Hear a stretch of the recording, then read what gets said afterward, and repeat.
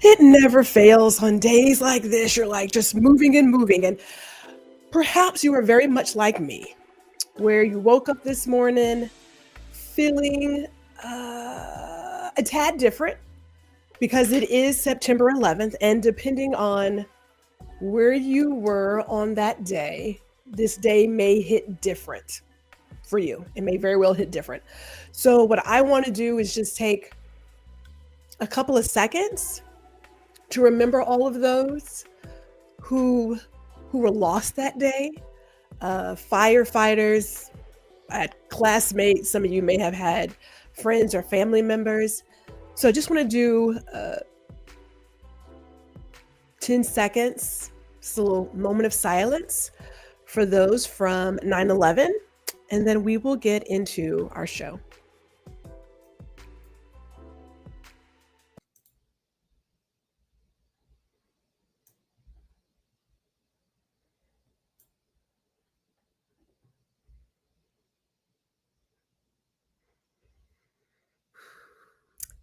Thank you. Let's get this started, shall we?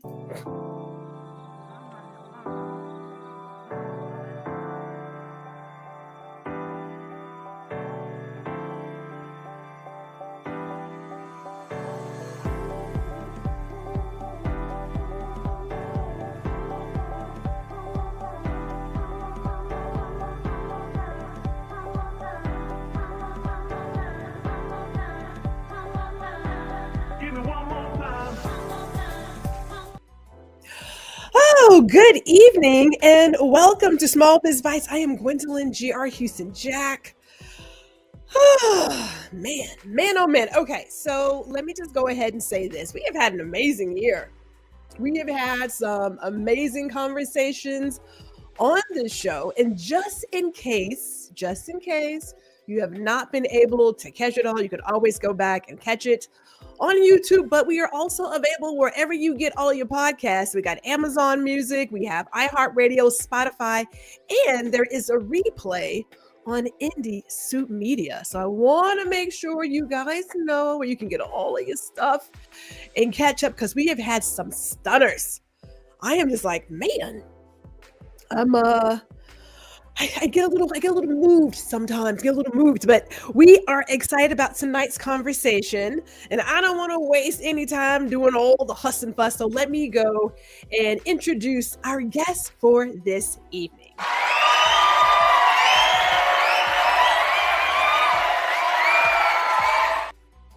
All right, so we are welcoming Lecresha. Now, actually, take it back. I should say Dr. Lecresha and Shermiah. Thank you, ladies, for being here. How are you this evening? Oh, wonderful. Doing well. Excited to be here. I'm excited to have you. Now, we're going to have a free-flowing conversation. I want to let you know that first and foremost. And before we get started, I do want to make sure we say hello to our viewers. And if you're in the crowd, you have questions, by all means, drop your questions in there. We want to know your thoughts on this. We have Chris Edwards in the building. My work husband is here as well, Ron Foster. He is here. And so we are going to get right into stuff. But first things first, I want the folks to get an idea as to who you are. So I like to do what's called Fast Five. Okay. We're going to ask you some questions, 5 to be exact. And then we would love to know your thought on it. Now, because we were already there, I'm going to go ahead and ask it. All right. If you have the choice, because we were just there, are we doing more of a wine or are we doing liquor? Where are you ladies residing? Wine. Yeah, I would have to say wine too. Now, is there a particular type? Are we doing whites, reds, the sparkling? Because I love a good bubble. I love a red. Okay, I love a red. And I love like a Groot red. Yes. She wants to go dry. Okay, I can get down with that. I'll go down with that. Okay, so since we're here and we're about to come into it, are we summer people or fall people? Summer. Fall. Oh my goodness, fall. All right, so why are we doing summer? Well, I'll start there first. I love a beach all day, every day. Being by the water, that makes me happy. So, And fall because it's so cozy. I am basic. I do like me a good pumpkin spice latte. oh Lord have mercy. Oh, But it just makes me feel so good and homey. Not basic. I don't know if it's basic, but okay. Yeah, that's not basic. You were definitely far from basic. I was like, that's not basic. All right, so listen with the home. If you have a choice of what to do on the weekend, are we about town or are we staying in? Ooh, I'm about town. I like to get out. I'm probably half and half. I mean, it really depends on my mood. So, that's hard. Really? Okay, so there's not like one that says I like if I have to choose just the one, I'm good at home, or I'm about. I'm good town. at home. You're good at home. Mm-hmm. I'm out. I am out about town. I don't have to be outside. Are you the Sunday brunch person? I run around all week. I just want to be home. See, and then I do most from my computer. So I'm out. She's like, no, I'm ready to get out. I'm ready to get outside. Okay, so let's stay outside. Now, I heard beach. I heard the beach. But are we doing a nice river or do we like the lake? If we're talking about the Ohio River, absolutely Not. We're in Kentucky, y'all. So I'm going to go with the lake. Yeah. With the lake. Yeah, I did some work out in Minnesota. I love the lake. Yeah. Yeah. Right? You know, something about the water is so Soothing. it's freeing, right? Mm-hmm. It's like the waves are coming in and it's taking everything away. I don't, hey, put me by the water any day. Just like any body of water I am good for. It's like, I can deal with that. I mean, even the smaller creeks with the cows doing their thing. It's like, it'll do today. All right, so let's do our last one. Are we road trippers or we have to get on the plane? Oh, we're on the plane. I would say we do a lot of international travel, so Probably on the plane. She's like, we're on the plane. Yeah. Sweet. Now, before we go too far, I do want to make sure we also welcome in. Letta is in the building. Oh, I'm sorry, my mama here. My mama. All right, mama showed up. Okay, Letta says fall is the best season. I really do love a good fall fashion outfit. yes. I love a good fall fashion, and I could have sworn I had this chat with Chris and Ron. When I was in New York, you have your hat, your gloves, your scarves, your coat, your sweater, your boots, and then like the sidewalk is your runway, and you're just stepping. And then you move back home to Texas and you're like, and there goes that. Yes. I have the hats and no place to wear them. But yeah, fall is a great season. You are correct at that. Fall, Chris says fall all the way. And yes, fall fashion, winter fashion is good too. Yes. Yeah. If you get the right whites and everything and the snow but we're not here for that today, people. We are not here for that. Ladies, please tell us who you are and what is your superpower? Oh, my superpower. I would say right now my superpower would be transformational leadership. I love to see people grow and create high-performing teams. And so I would say being able to bring something into existence, I think that would be my superpower. Transitioning thoughts into reality. All right. That's who you are. Oh, yes. And I'm just like, wait a minute, there's a second part. I'm co-founder of EnVue Health. I got so caught up on the superpower. That was so much fun. Put that cape on, baby. I'm trying to say. I'm Dr. Lecresha Sewell. I'm the CEO and co-founder of EnVue Health. I would say my superpower is probably leading with compassion. I'm very empathetic. I feel the things, the people, and so I'm able to navigate challenges a little bit differently than maybe a traditional leader. Sweet. I love that. Now, before we go too far, before we get into our conversation, because I am ready for this, I want you all to know how you can connect with these ladies, right? And learn more about EnVue Health. So we have on the screen, they're on LinkedIn, Instagram, YouTube, Threads, and Blue Sky. Okay. And we'll share this again, towards the end. So if you don't get it all right now, it's okay. We will make sure that you can connect with them. And I want to also say hello to Miss Elise, who is here in the building. Hello, hello, hello. Now, before we get into my first question, can you tell the audience about EnVue Health? So EnVue Health, it is a digital health platform. And what we do, we help connect patients and providers that are more aligned through the technology, ideally, whether that be race, gender, ethnicity, languages spoken, or specialty expertise.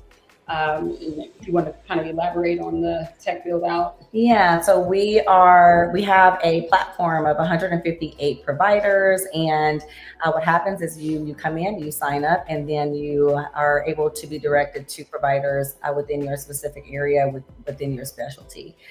So that's what we do. Our vision is to ensure that every patient is seen, heard, and well understood. So we want you to take and be empowered with your healthcare journey. Sweet. So that's a perfect start to where I want to go. Because I always think like a lot of us create solutions based on perhaps an experience we've had, or maybe a loved one or a friend had. So here's our first question to get into this. What personal experiences or community truths inspired you to build a platform that centers melanated voices in healthcare? And how did you transform that vision into action? I'll start. I will say I had an unplanned pregnancy in undergrad, and basically had to figure out how to navigate the healthcare system in itself. And so I was seen by a women's health nurse practitioner. Actually, she wasn't a women's health nurse practitioner. Let me not put a specialty on it, but she was a nurse practitioner, and a community clinic. And what happened with that experience, I received, I guess you could say, culturally incompetent care. And so I decided I wanted her job, and that's what led me in the role of becoming a provider. So after I finished undergrad, I went straight back into graduate studies and began my journey into becoming a healthcare professional. And as a healthcare professional, I was learning from my patients, not just seeing them, but learning from them that they shared a lot of the similar experiences where they had difficulty navigating, or where they felt like they weren't seen, where they felt they weren't heard or understood. And so during COVID is when I decided, well, my network is limited. Let me leverage technology. And so I outsourced the tech build out to a contractor. And then Ms. Shermiah came along in 2022 to help scale our technology. So I know you have a story too, which is where we actually align. So yeah, my story is pretty similar. I ended up having a little one in my 30s, so definitely a little bit different there, but still same experience. I was asking a lot of questions, really felt like I wasn't being heard or really understood, and questions really weren't being answered. So I navigated that journey. It felt like solo, to be honest. And so really just realizing that it's not just our story, it's a story that most of us have that are of ethnicity. And so that's where I aligned with EnVue Health, its mission and its vision. And we're making access to healthcare a reality. Sometimes I say to myself, I think about my doctors, and I'm a 70s baby. Okay, I'm a 70s baby. So our parents had primarily, Black doctors. And then there was a point where I want to say I had a doctor who was Indian, but every doctor I have had, I hate to say it, but I felt lucky. Yeah. That I had a person who listened to me. Now there was one time, there was this one time when it was like, well, you could be pregnant. I was like, no, doc, that ain't it. So come on with something else. I was like, no, ma'am, next. But there was never, I have seen stories, read stories, seen video of so many, and I'm going to focus on Black women. So many Black women whose pain is just disregarded. Yeah. And I think to myself, how could you get into a field where your sole purpose is to care for someone And then you were just like, nah, she's just fainted it. She's really not that hurt. It's really not that bad. Like, how do we move from that place? I know that's a side question. I am sorry, but this is what I do. How do we move from that place? Because we are clearly in a place where we need to have people, healthcare professionals, who actually see and hear us as human beings and not just some person waiting in the waiting room. Yeah, that's a great question. And from a healthcare provider standpoint, I think a lot of it has to do with the care delivery model. Some of us are RVU based, which means that it's a productivity model. So unfortunately, it's like cranking people out. And that's what you see when it comes to meeting the numbers. I know some of my physician partners, if you don't meet a certain quota or certain number, they have to pay some of their salary back. So those are the things that have to be considered when it comes to their livelihood as well. So when it comes to the pressures that exist and not necessarily on a day-to-day basis, meaning to disregard the concern or what have you, but in the back of your mind, you're still thinking like, I still have to live, I still have to meet numbers, because you're under a different type of pressure due to the model that exists. And then for salary, I mean, thank God I've always been salaried. So I've never had that experience. But it's still one of those things where a lot of how the education is delivered can really be impactful in how the delivery is presented in clinic. I've been out of school for quite some time. I've been in healthcare for 20 years. But when I went through undergrad, for instance, I know for goodness sake, and I'm keeping it PG, that that we didn't learn a thing about cultural competence, inequities, disparities, and it just wasn't something that was embedded into the curriculum. And so the curriculum should be the true foundation as to where providers or future whatever people that are involved in healthcare, because healthcare is a business, are able to get that knowledge that they need to deliver more appropriately for the patient needs. So I'm listening to that. And then as you were speaking, I had a second thought. Now, I do have a question that I probably should go to right now, but I'm going to probably go with let me go with my second question, and then I'll go to this question because it really does link together. Doctors, right? So some people see doctors like going to the mechanic. I just have an oil change, and all of a sudden I need a timing belt and spark plugs and all this stuff. So there's this idea that if I don't go, then I'm not going to have anything wrong with me, and then they won't find anything. How do we build the trust? That's a great question. I think, people, I mean, like I said, I guess I got lucky to have any like poor experiences. But there are some people who just don't trust the doctor, the dentist, all the things. Yeah, honestly, preventative maintenance, like having those preventions do help. Like just because you don't go doesn't mean it's not happening. And I think that's a big perception. I think building the trust is important for all providers. In my opinion, I was just talking to an orthopedic surgeon not too long ago. He was like, I'm a carpenter of the body. I never would have thought of it that way. And being able to just watch him do different surgeries and replace hips and things like that. But I think that our culture in general, or the BIPOC community, we do need to get better at our preventative care, but then also being empowered by the healthcare journey. Like it's your body. And you want to make sure that you are getting your checkups, that you are, if you do feel a certain way, that you are talking to your physician, that you do have a PCP. So just because you don't go doesn't mean things are not happening. And when you don't get preventative care and then the emergency happens, then that's when it's like, okay, now you do need the spark plugs, you need a jump, and you need a oil change.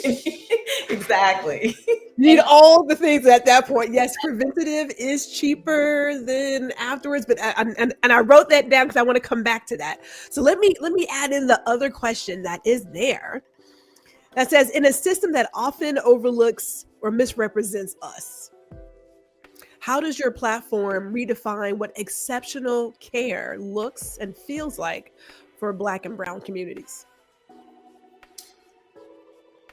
Has anyone ever tried to just Google a Black doctor? um, I just want to. And how successful were you in doing?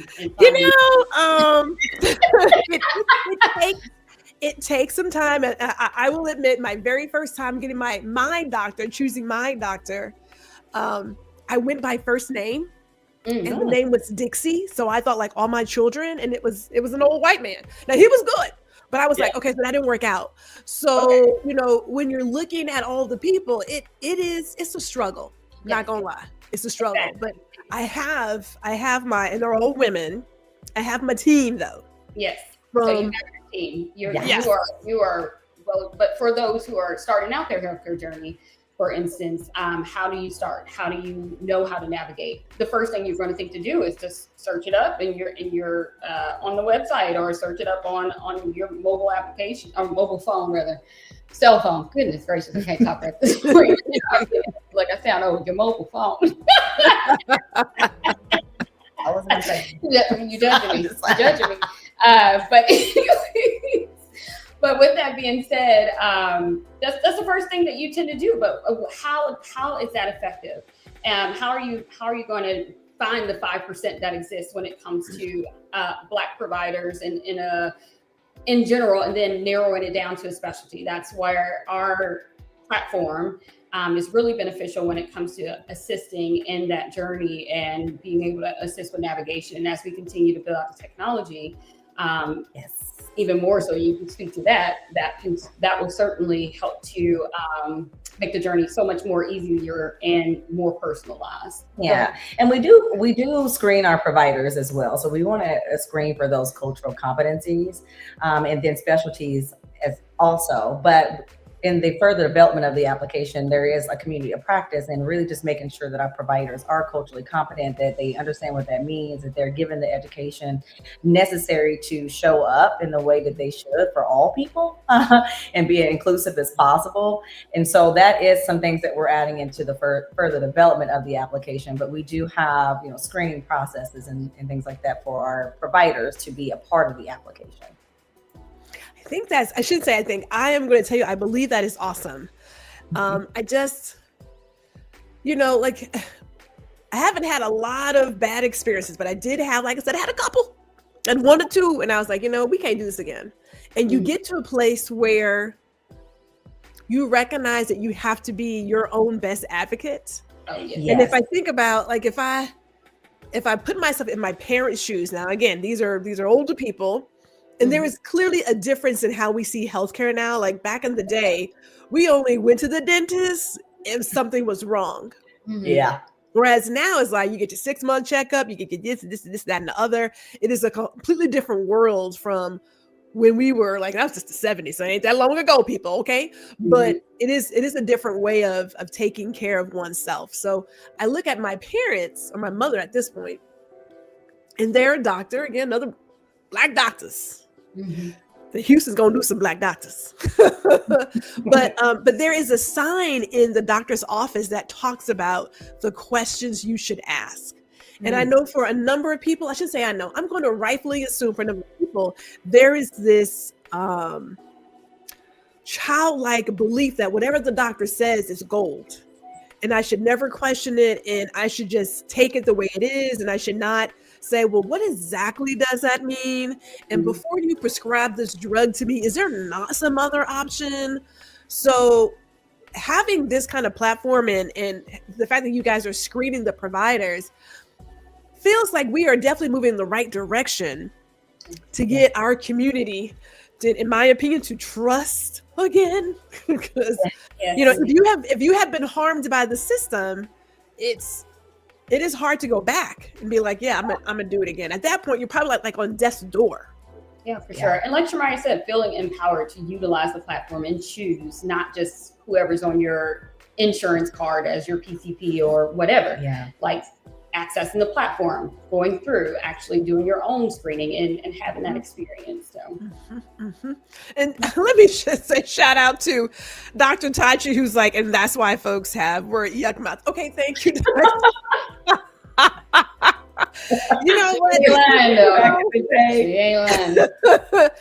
If I could actually now step back and think about some of that, because yes, we had a different healthcare plan, but when you hear some of the stories of how Black bodies were used in medical situations, it can from the jump also create this distrust and I don't think I want to go to the doctor or whomever because I have seen blah blah blah, read about blah blah blah. So there's a lot of healing that needs to happen here.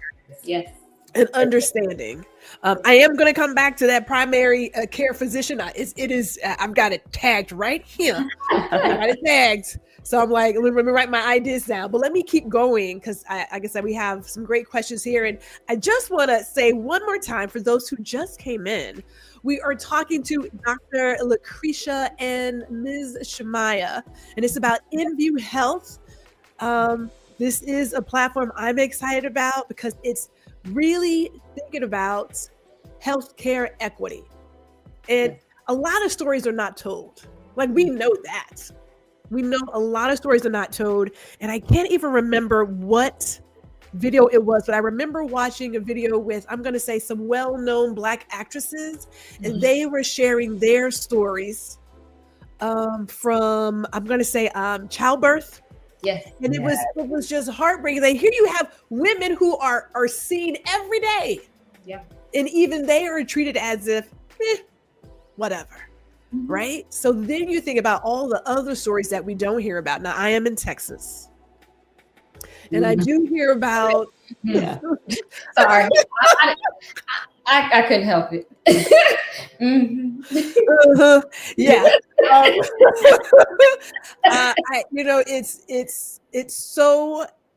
It is hard to watch when you have a Black family who has made their medical decision that may not align with what some traditional ideas may believe in, and that is now seen as being harmful to the child and having folks come in and snatch up your kid. I don't want to go down that road. We may visit that, but let me stay on task. Let me stay on task because it's all related. So let me go here and talk about challenges that you face now or probably in the future as you're building this digital space rooted in cultural safety and trust, and what kept you grounded through those moments? I think that it's driven by passion more than anything, our lived experiences, both of us, and professional. I mean, we know why we started. We know why we will continue, and nothing will deter us from that. There are so many people who, despite the current climate. Yes. I'm glad you're going there because that's why I was trying not to. Yeah. Trying not to. That really need a resource or some sort of additional support to lean into during these times, and that's why we exist. So the reason why we started our foundation is it hasn't changed. It won't change. We did undergo a name change, but that was due to other reasons, not just because of the climate. But Shermiah, I don't know if you want to. Yeah, I think that's probably been one of the biggest challenges is the climate, the political climate that's changed things in a way to lean us to being more inclusive in care.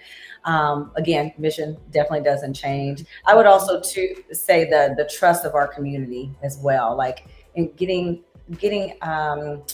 people of color and into the doctor's offices, using the platform, gaining that trust. I think that's also considered to be a challenge. And so when you add technology on top of that, and educating individuals on, like having the health literacy, having the technical literacy to utilize the application to get the best outcome. So I think it's kind of layered. And so we've been working through what that looks like. How do we provide the best education? How do we get the trust from our community to ensure that they're getting the proper care? So it's very much so layered. Yeah, and showing up. I mean, we are in the community. Yeah. I mean, it's not like we're going to. Exactly. I felt like you guys were reading my notes because I was like, okay, so we have the app, but then there is the tech boundary. No, is it boundary? No. What's that other fancy word? I can't think of the fancy word. I can't think of it. Well, say the unfancy. Barrier. There it is. That other B word. There it is. Yes. Okay, so because I thought to myself, okay, Gwendolyn, I'm getting my gracious words together. Hold on. So when I think about the American consumer, I'll start there first. A lot of times, a new something is introduced, but there's not any sort of support or education to come with. Yes. And we'll take mobile wallets as an example. They have been around for a very long time. Mm-hmm. And yet, and still people are like, I don't trust that. Someone can get my information. And they is like, bruh, people can get that without all of this. Okay. You know, it's just another way of paying for something. So in using this app, when we think about how this current environment is, in my opinion, attacking healthcare for just about everybody. Yeah. Is there a plan, or are you guys still working on how to get people to be more tech savvy or to get them to even adopt the technology? In my opinion, the average person uses like what, 15% of their smartphone? Yeah. That may be generous. That may be too generous. Maybe more like 10. Yeah. Well, I think we definitely need to lean into the tech age, to be honest. And I think just to be transparent, I think our country is like, it's a push for it. If you haven't noticed that yet with, AI and all these things that are not, I won't say infiltrating, but are taking over a lot of spaces. And so I think it's kind of moving us into an age that we should already be in. But there is a plan and on our roadmap for the adoption of utilizing technology within healthcare. And little do people know, when you go see your provider now, there is a lot of technology integrated into your delivery of care. There's the electronic health record. There's fragmentation of data as well from one provider to the other. And so creating this space to ensure that you feel empowered, because technology should allow you, and you should have that sense of empowerment through technology for your healthcare journey. And so that's what we're promoting. But again, little do you know, even going into an office visit, technology is all intertwined in your delivery of care. As a person who is fairly tech savvy, and fairly is being modest, I will say that I know my doctor. She say my doctor recommended me for another doctor for the colonoscopy. You know? And I was like, oh great, let's get this out. Let's get this over with. Just saying, we got to clean up all the things. Clean up.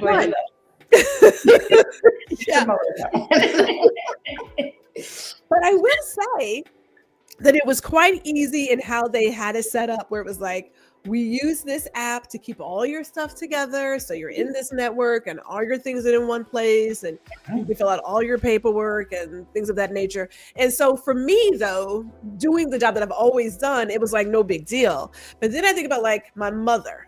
Yes. Who, she can text. She's in here. She can text. But there's some other things you're like, And I know we are definitely moving towards a more digital age. Paperless, if you will, which is it is smart, and things are in your hand. But I also believe there is that place where there's a little barrier on, do I want to cross over? As Dr. Taji says, this is exciting. I think it's extremely exciting, because the more power you can put in people's hand to research and figure out who they're going to. When I picked one of my other doctors, it was, hey friend, do you know somebody who is in our area, and are they good? Can you trust this person? How does this work? It's still the word of mouth. Yeah. Right. Mm-hmm. And people leave reviews, but some of them reviews, I was like, I don't know.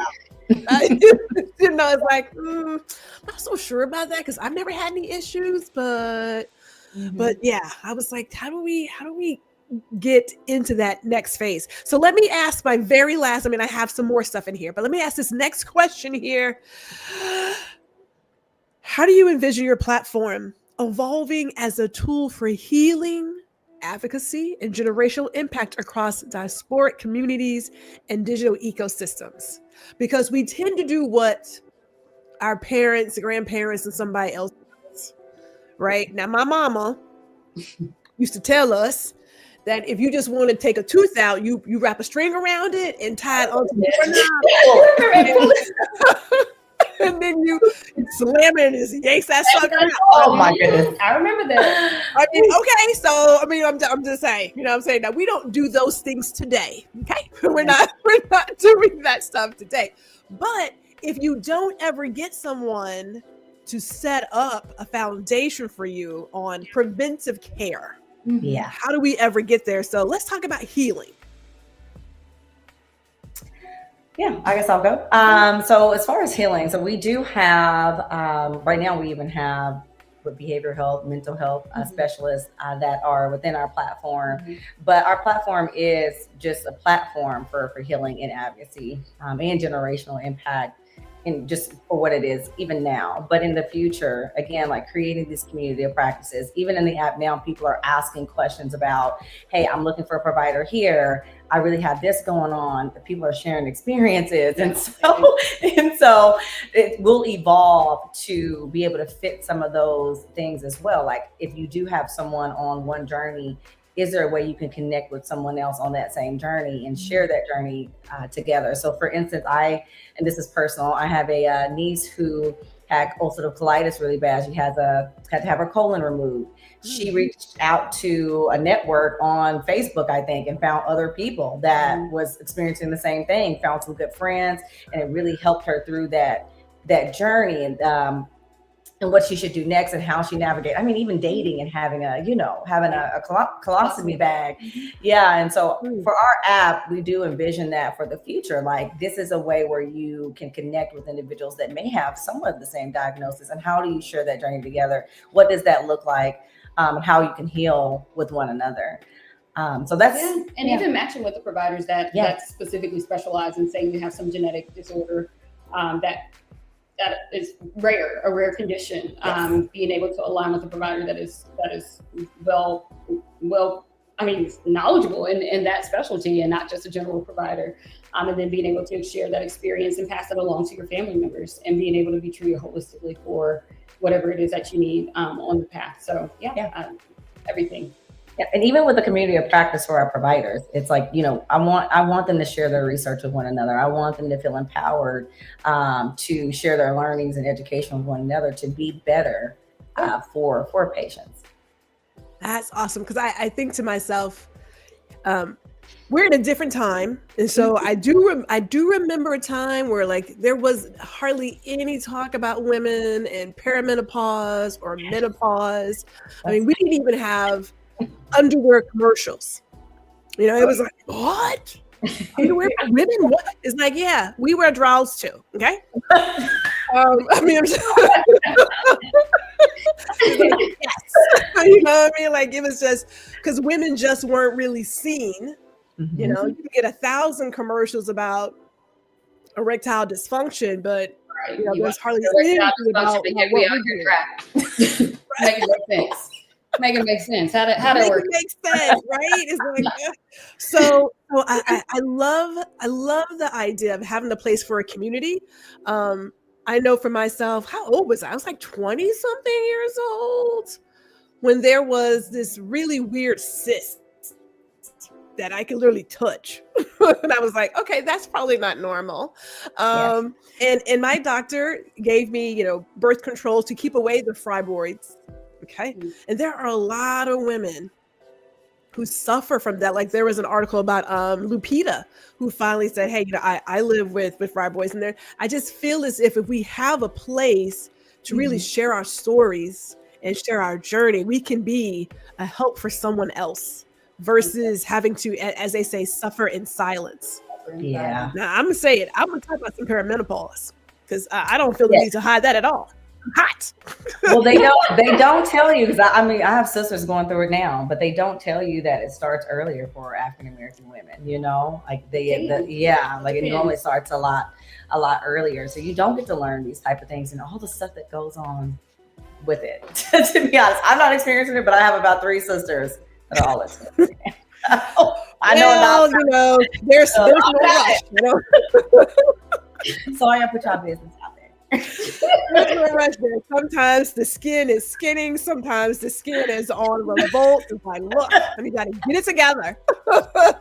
but through all of it, I have found some other women who have no issues sharing their stories. But I believe you guys are at the right time to bring this tool to the masses, because we are at a place where we are now more vocal. The technology is there, and people are saying, hey, I can, this is the time to put the power back into the hands. So I want to give you guys a kudos for that. Before I go to talking about the platform itself, I have my question about the healthcare primary care physician. And this ties in with the platform, because when I have had just random conversations with people about healthcare, because it seems to be a topic, like if you sit down at the table with people, they're going to talk about it. Now, the older you get, sometimes things start creaking and cracking and whatnot. You're like, so who is your doctor? Who do you go to? Because I'm feeling. Have you guys found, this is a personal opinion, you don't have to answer, but have you found that with the way that the insurance industry is changing, people are finding it hard to hold on to their primary care physician?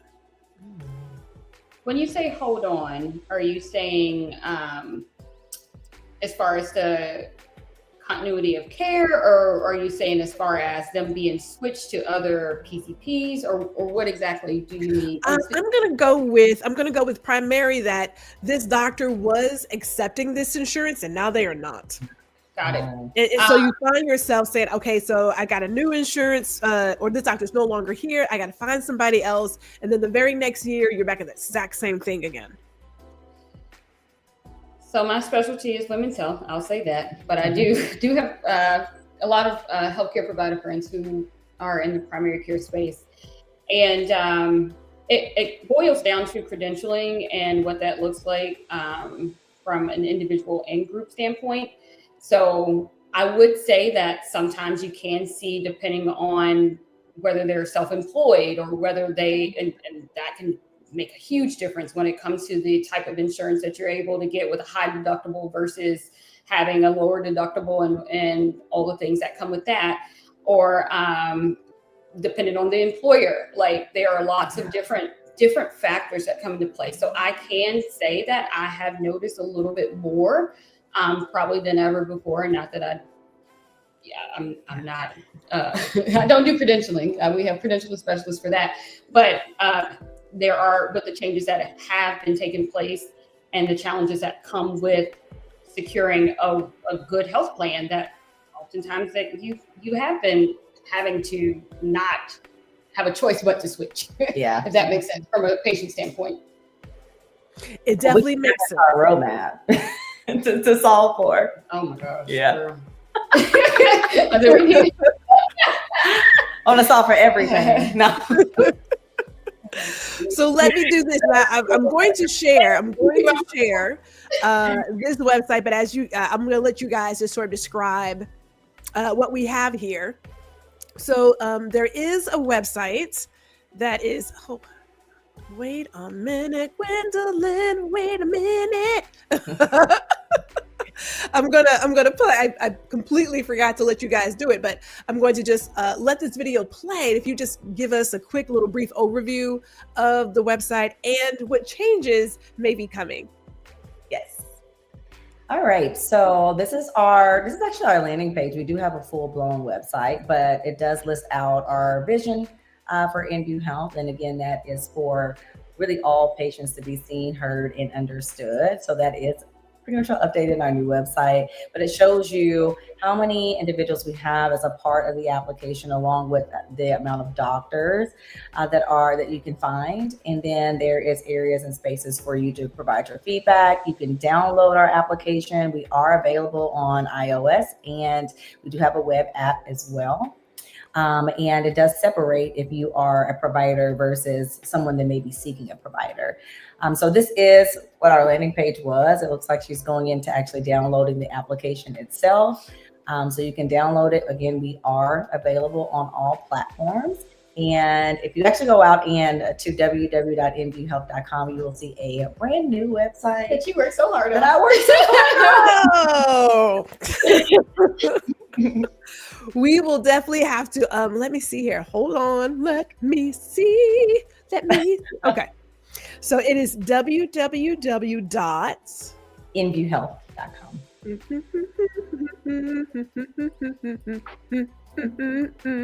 Uh-oh. That's not a period. Hold on there, children. Hold on. There we go. Okay. Make sure I got this right. Let me see now. Is this correct? Is that correct? All right. Sweet. So there is a web app and then there is the iOS platform. Yes. You can go ahead and download this. So now, is there any fee for using this platform? Is it we just sign up? Right now, it is free for everyone to sign up. Our primary goal was to ensure access. So in the event a patient wants to create a profile, that is absolutely free. For providers right now, I will say, go ahead and sign up and utilize it to your advantage. In the future, we're looking towards a freemium model to give providers more of an enhanced experience and patients as well. So right now we have over 16,000 downloads, almost 17,000 downloads now. Make sure that you guys access it. And again, we will continue to ensure access is there, free of charge, but ultimately to access other featers in the future. Yeah. We're going to have some enhanced apps. Also too, Dr. Sewell here provides telemedicine services as well. And so as we expand the app, we are in hopes to have more providers that are capable of doing the telemedicine piece. But again, to our point, it is free now. We will have some sort of subscription-based model for providers to have enhanced features. Sweet. Now, I just want to make sure, because I'm assuming it, but I just want to make sure. This is for all areas of healthcare. So we're looking for eye doctor, Dental, PCP, women, dental. They're looking for you. Yes. Sign up. They're looking all for areas. Because I was like, now look, I need to make sure I'm feeling pretty good right now, but sometimes so far, all of the ladies, my dream team is working very well right now. So I'm feeling pretty good. Good. I was going to say we have doulas on there too, but I think. See, this is why I should just go ahead and ask my questions. Because I was like, would you guys do like the doulas and midwives? Yes, and they are a vital part of birthing outcomes. And so I highly support doulas. We highly support doulas, midwives, most definitely. So please, if you are a doula, if you are a midwife, join our platform. Yes, it is free. They're looking for you. Okay, so that warms my heart. That does, because there are some people want to shy away from the midwives, the doulas, and things of that nature. But everybody should have the choice to choose how they want to bring their child into the world and what they see their healthcare as. And in some places you don't get to go look for a doula on. We got a website. We got, again, a lot of times it's like word of mouth. Who did you use? Blah blah blah. Tell me about this person. But you guys have the doulas on there. Okay. Yeah. We need more to sign up. Oh wow, that's actually exciting. Hey, hello to Joshua Lee, who is here. Good evening. Man, I am digging that. Oh my goodness. So while we're here, I know my brain starts going to different places. I'm like, So at this moment, I'm curious about usage really quick. It's like a side. I've got my little side questions here. Are you seeing more women who are downloading, participating, or do you, I don't know if I should be asking your personal numbers, but in terms of users, have you seen more women use this, or is it like 50-50? Because there is this stereotype that men are a little more hesitant in jumping into the healthcare realm until, again, a leg is about to fall off. Yeah. I have also, it just tends to be that as women, we tend to lead the household when it comes to those sorts of things, is what I found in practice. Yeah. Oftentimes they're the ones that scheduling for the pediatric visits and scheduling the husband to come in. And if he comes in or not, we don't know sometimes. But I'm just It's so saying, true. like, yeah, It's I true. mean, that's really what we see. So, Yeah. or the partner, or however it works, whatever arrangement that you may have in your household. But usually the feminine one is the dominant one that tends to take on those care measures to ensure everyone is well. So we have found that women are more likely to, we have more women that have downloaded and created the profiles on our platform. Agreed. So there's a lot of advocacy for men in their healthcare journey as well. And that's something that I think we really are strongly trying to work through. Like even when we do our talks and things like that, partnering with some of the physicians that are male in the community to provide that perspective also, because women do tend to download the app. I would say almost 70% or so are women. And women do tend to live longer too. I mean, I'm just, Yeah. I mean, okay. It's That's true. Numbers have shown, because of how we move about. Yes. Numbers have shown that, in terms of natural, what have you, that women do all the extra work to make sure that we are going to, live and look good, right? I know. I mean, it's like, how do you say it graciously? I don't think there's a way to say it graciously. I mean, this is the numbers don't lie, right? Like we know that when we talk about things like prostate cancer and all these kinds of things, there is a big campaign on talking to your loved one to go ahead and get checked. Like you have to drag people. Okay, you have to drag men in to get the work done, to get the basic tests. So I mean, I hate to say it like that, but no lies were told during this show.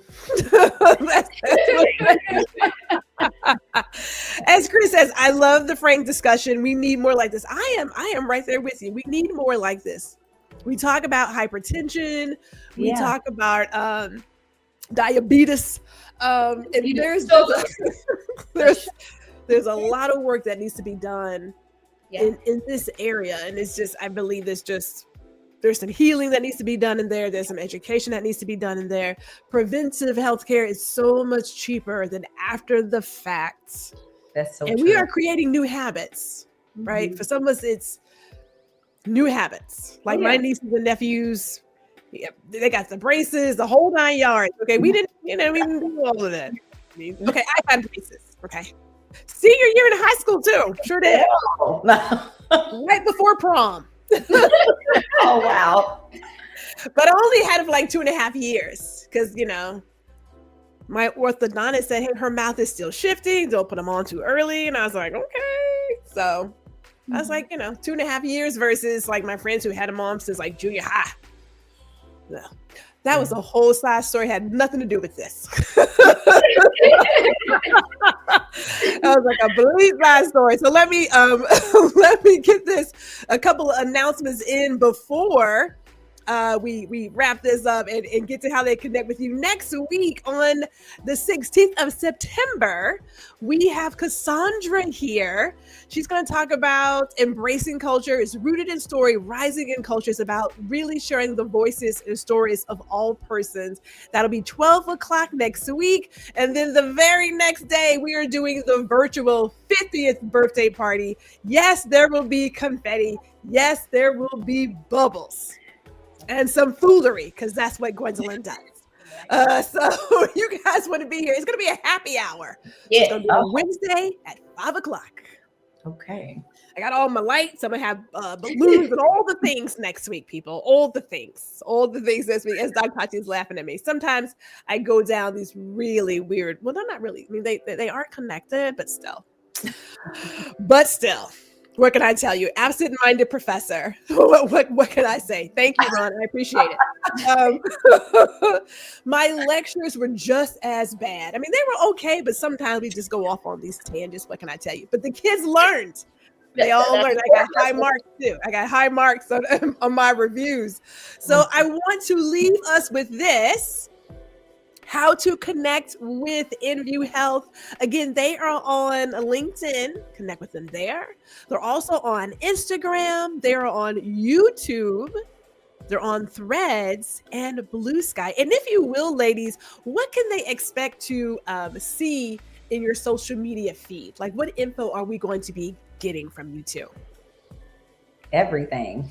Honestly, yeah, really everything definitely related to healthcare. So you do see a lot about just some of the great things people are doing really across the country in relation to healthcare. Yeah, a lot of education, a lot of, I know for sure, I can't even talk anymore, guys. I know for sure we had a lot, and you mentioned fibroids earlier, there were a lot of reels and posts regarding fibroids, even recently, highlighting other providers in the community, highlighting events in the community, highlighting some of our achievements as far as the business goes, and some of our strides and collaborations and what have you. So all the things, like you said, everything. And then we are coming to the Indie Soup Network. We are. So excited about that. We'll be posting for you all to join when it's time for us to air. Yeah, really excited. Oh, well, wait a minute. Hold on. Do I have a...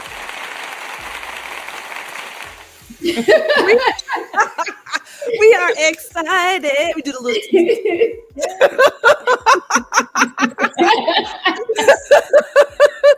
That is great news. Well, this is okay. All right. I had the exclusive. All right. Yeah. This is exciting. Okay, so can we share details or is it too soon? Too soon. Okay. But okay, so you guys are coming to Indie Soup Media. Absolutely love it. Absolutely love it. As Chris said, so awesome. Yes. Oh, this is going to be amazing. This is amazing, amazing. Oh my, now my face is like hurting from smiling. It's always good to see, great opportunities show up and to have great information be shared with other people. So I am excited about you guys sharing what you have on your social media platform. I have seen some of the videos that you guys have been sharing, and it's, I go back to, we don't have to suffer in silence, and I know for some people, we don't want to talk about certain things. We're going to have to talk about all the things. Yeah. Because not talking is how we got here. Okay. Okay. We can't stay here. So we got to talk about it. Yeah. And be honest. Be honest. Just share. As I was doing something earlier, I talked about holding space for other people. Right. So there's no need to suffer in silence. There's no need to put any shame on it. We are in different times, and we need to talk more. And the more we talk to our loved ones, our neighbors, share this really valid, reliable, because some people, reliable information. Yeah. No. Sometimes we don't have to say it. We can just say it. You know what I'm saying? That people can get the information that they need. Dr. Lecresha Sewell and Shermiah Holland, thank you so much. Thank you for having us your time. I have enjoyed this conversation. I cannot wait to see what you two bring to Indie Soup Media. And I know a certain somebody's going to give me some details afterwards so we can help promote the show. We'll make sure. Yes. Oh my goodness. I'm so excited. Okay, hold on. Don't go anywhere. Everybody, here it is, your last, well, I should say your last chance because it's in the description. But please take some time. Find the platform that works best for you. And make sure that you connect with these beautiful women. And if you don't have a healthcare plan, get yourself a healthcare plan. If you are starting the process, I say start here. You already know 2 people who have a great platform to help you get started. So I am saying start here to get it done. And I want to thank everybody for coming out tonight and sharing your time with us. And we'll see you next week. Thank you for watching another episode of Small Biz Bites with Gwendolyn R. Houston Jack, where we chat with other creatives and small business owners about their journey. And we also invite you to like, share, and subscribe to the GR Houston Jack YouTube channel, where you can get the latest and greatest.